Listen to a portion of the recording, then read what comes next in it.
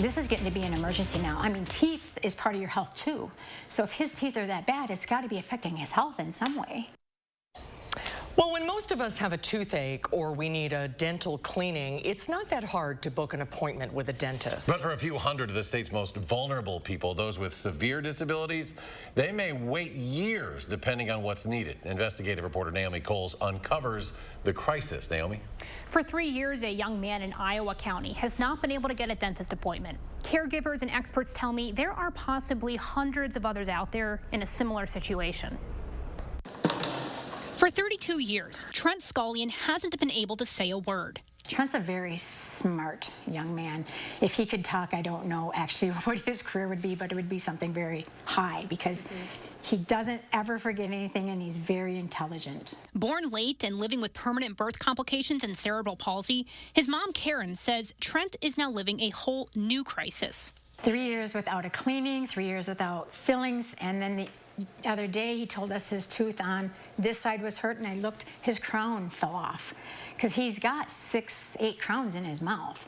People with severe disabilities need dentists who can either sedate them in their office or meet them in a hospital operating where they can be put fully under. A little over 3 years ago, Trent's regular dentist in Madison stopped taking him. I brush his teeth. I try to take the best care of his teeth I can, but I can't find a dentist. Nobody will take him. With multiple cavities, decaying teeth, and crowns falling out, it's a crisis with no end in sight.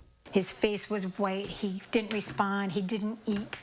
And he kept pointing to his tooth. And I could see that a side of his face was swollen. This is truly a crisis. This is not just a South Central Wisconsin problem. This is a statewide issue. It's never been easy for people with disabilities to get dental care. Instruments for fillings are all 3 of these here. But Dr. Patrick Teep, who practices in Verona and represents the Wisconsin Dental Association to the legislature, says it got much worse several years ago. Prior to 2016, Meriter Hospital here in Madison had a general practice residency program. I was on the faculty at that time, and we had 3 dental residents that were trained to provide these skills, and they provided these skills for a couple of hundred adult patients from throughout the state. They were the only program like it in the state. So when Unity Point closed it, that was a huge void that never was replaced. It left the burden to a quickly dwindling group of dentists with specialized training in the greater Madison area.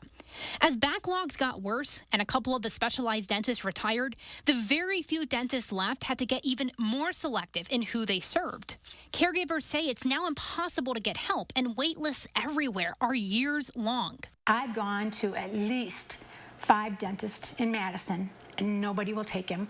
I've called 2 places in Milwaukee. They told me to call the governor. I'm like, what's the governor going to do? I need a dentist now. Dr. Teep says there are some limited ways the state could help because it's extremely low Medicaid reimbursements for this type of service that in part drives the problem. It leaves dentists unincentivized. Wisconsin's only dental school at Marquette is trying to partly address the issue in recent additions to its curriculum. But for today, there's little help in sight. As much as this is a great crisis, we are not talking about thousands of individuals. We're talking about hundreds on a state level. This is a population that can't really speak for themselves.